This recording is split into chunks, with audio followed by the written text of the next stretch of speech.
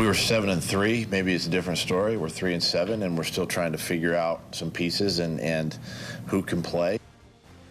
Welcome into Teal, the show. You heard it from Doug Peterson himself. The Jaguars now 3-7 on the year after their latest loss this week to the Kansas City Chiefs. I feel like after all 7 of the losses, we've had a similar story. The Jaguars have kind of beat themselves. You go into Kansas City and the Jaguars are huge underdogs. Realistically, not many people expected them to win. But you go there, you recover an onside kick to start the game. Then they got 3 turnovers over the course of the game. That's 4 possessions that they were able to steal from the Kansas City Chiefs, but the Jaguars just weren't able to cash them in, and that's why they ended up with another loss.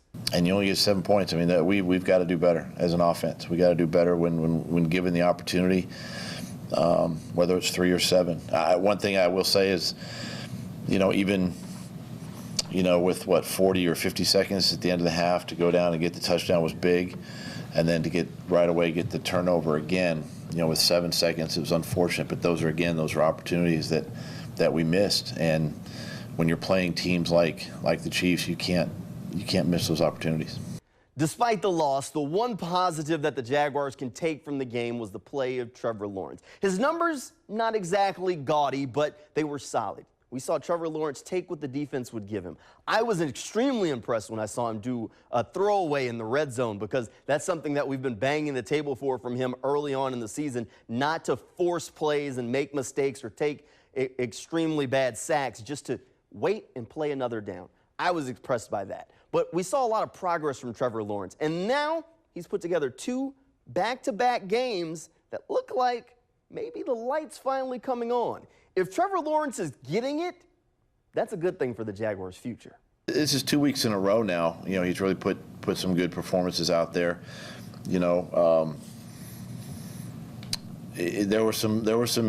We had some protection issues kind of in that second quarter that kind of made him get rid of the ball a little bit sooner than need be. But I thought after that, or really just taking that out, I mean, he settled in and did some great things that drive before half, and again getting us down there after the turnover, and to having an opportunity there to get us another few yards closer on the turnover. And I mean, he's just kind of understanding now kind of what we're asking him to do, and he's put two good performances here back to back.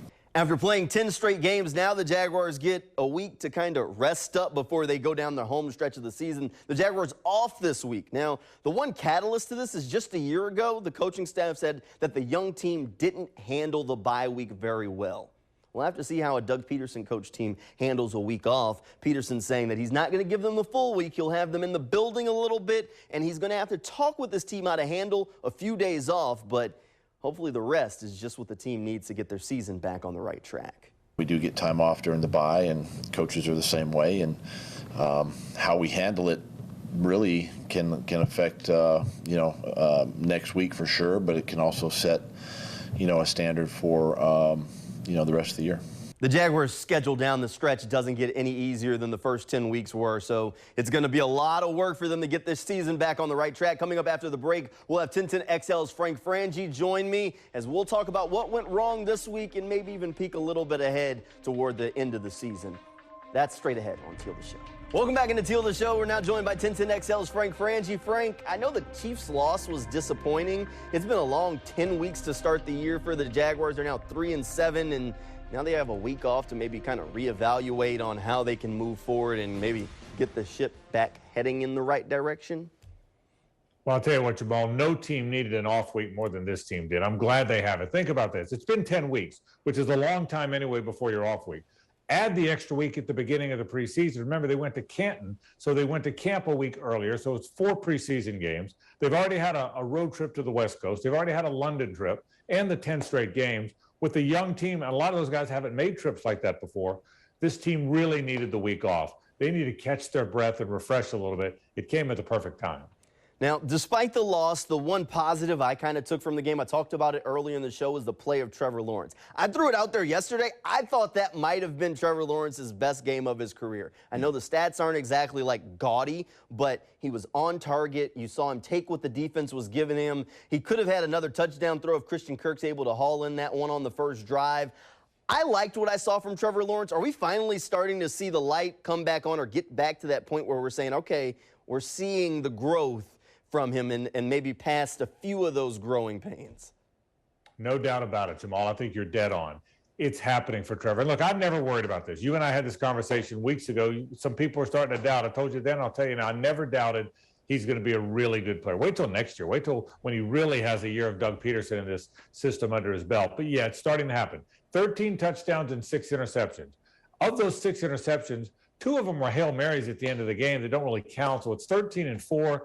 Here's something else that's happening. He's playing free and easy. I told you this before. I thought that one interception, the last really bad one against Denver and London, when he never should have thrown the ball in the back of the end zone, was the last time he'd try and do something he couldn't do. And I think that's held true so far. I think that doesn't mean he's not going to make mistakes, but I think it's really starting to happen. He's also starting to run the ball. If you notice that, Jamal, we're in an era now where quarterbacks run it. He's a good runner. He's fast. He's athletic. I think that's helped him play a little freer, a little more easy, a little looser. I think Trevor's playing at a very high level. I totally agree with you. You're right, Frank. You have had faith in Trevor the entire way. I'm not going to say I've been as confident in him as you, but it looks like maybe you're right. Hopefully this is the light kind of starting to come on for this guy, because that would bode well for the offense. On the other side of the ball, we saw the Jaguars defense really get off to a strong start, but at this point it's kind of looking like they're starting to regress and go the other direction, Frank. Yeah, it's hard to argue that. It really is. They have to figure out who they are. The biggest problem, we've talked about this, is pass rush, Jamal. They're not getting after the passer. Josh Allen is not changing the game, and he was the star that needed to change the game. And right now he's trying hard. He's a great teammate. He's a great guy, but it's not happening for him right now. Trayvon Walker, I think, may wind up being more of a hand-on-the-ground guy. We've had that talk. DeJuan Smoot plays really hard, but he didn't make much of a difference the other day. Now, you're playing against a very good team with a very good offensive line in the Chiefs, but I worry about the pass rush. The other thing is I think they figured out they might be a zone team, Jamal. They don't have enough guys to play man, so you've got to play zone, keep everything in front of you, and I think that's who they're going to be. I was a little bit wrong about that. I told you I thought the defense would be a very highly ranked defense in the league. It's fading a little bit. I might have been off the mark on that a little bit. I still think in time those young athletic guys will be very good defensively, but I'm surprised the defense. Now, it's hard to criticize them too much against the Chiefs. The Chiefs may have the best offense in the league. I think they do have the best offense, but the defense has had some struggles, no doubt about that.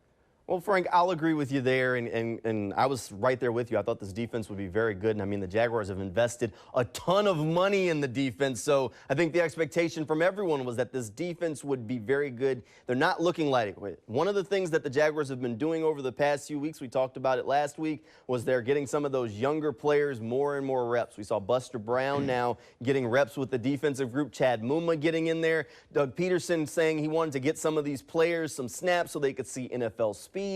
But you know what that kind of says?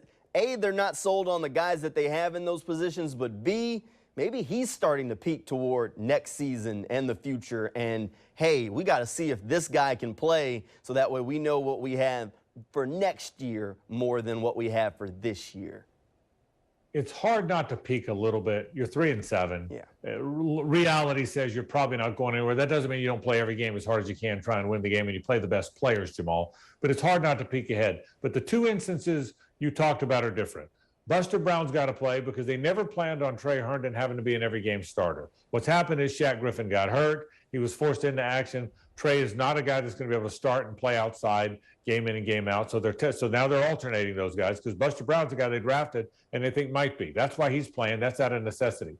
As for Chad Muma, I think Devin Lloyd's hit the wall. I think and Doug talked about that a little bit in his press conference. I think right now Devin has just gotten to the point now where he's trying, he's thinking too much. Foye Oluokan's having to help him line up a little. He's spinning right now. I think Devin Lloyd's going to be very good. There's no doubt in my mind. He had a lot. Remember, he didn't have any training camp because he was hurt.